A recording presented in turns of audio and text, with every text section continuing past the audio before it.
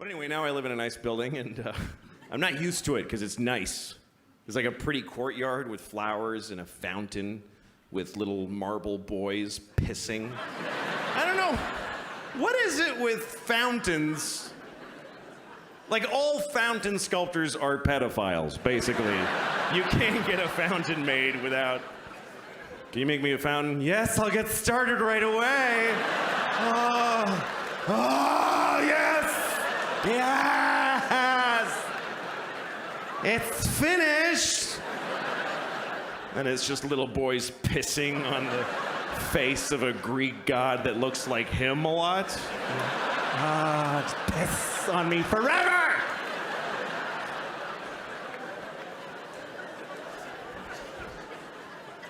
Anyway, there's one of those in the courtyard of my building. And my first week in the building about a year ago, I went down to the courtyard for the first time. And I didn't look too good, you know? It was a Sunday morning. That's my least presentable hour. There's a lot of, just stains, just like, food and me and whatever. And so I'm sitting there. So, shut up. Oh. Anyway, so there I was. I'm sitting on the stone bench of this courtyard and feeling a little out of place. There's these fancy doormen and stuff. And then there's this guy looking at me. I notice he's looking at me from across the courtyard. And he's all spiffy looking. He's got brown shoes and he's looking at me like, I could tell he was thinking I don't live in the building. He thinks I just wandered in off the street and sat in a courtyard. I could tell he's thinking of coming over and dealing with me on his own. And I'm sitting there thinking like, oh, please do that. Yes, please, come on. And I'm trying to look even more gross. And I'm like pulling up my shirt. And then I see him go, oh, no, that's not gonna do at all. And he comes over to me. And I'm like, I'm so excited to have this thing. The confrontation where I'm not wrong at all. And he thinks I am. So he comes over, says, excuse me, do you live in this building? And I said, no. Because why not start there? I said, no. He goes, well, then what are you doing here? And I said, I just need to rest. I'm having a hard time.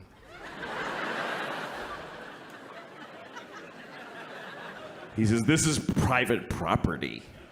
And I said, well, I don't really believe in that. Just the worst things I could say from his point of view is basically all the things I was saying. And he goes, well, if you don't leave, I'm gonna talk to the doorman. I was like, can I just stay like 5 more hours? So he's, no, and he goes over to the doorman, and I see him talking about me to the doorman like this. And then I see the doorman going, oh no, that guy lives here. That's okay.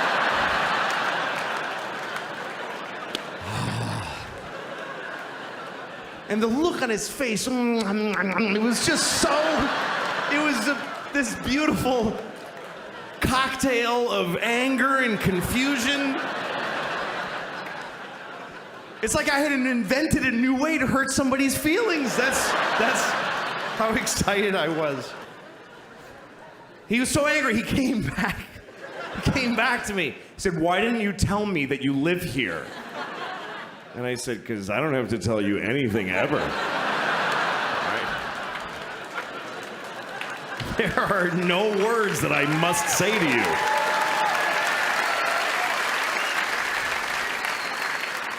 Also, I didn't want to ruin your thing. That's your favorite thing you were doing. You love that! Making people not be places. Also, I make more than you. I just don't give a shit about myself.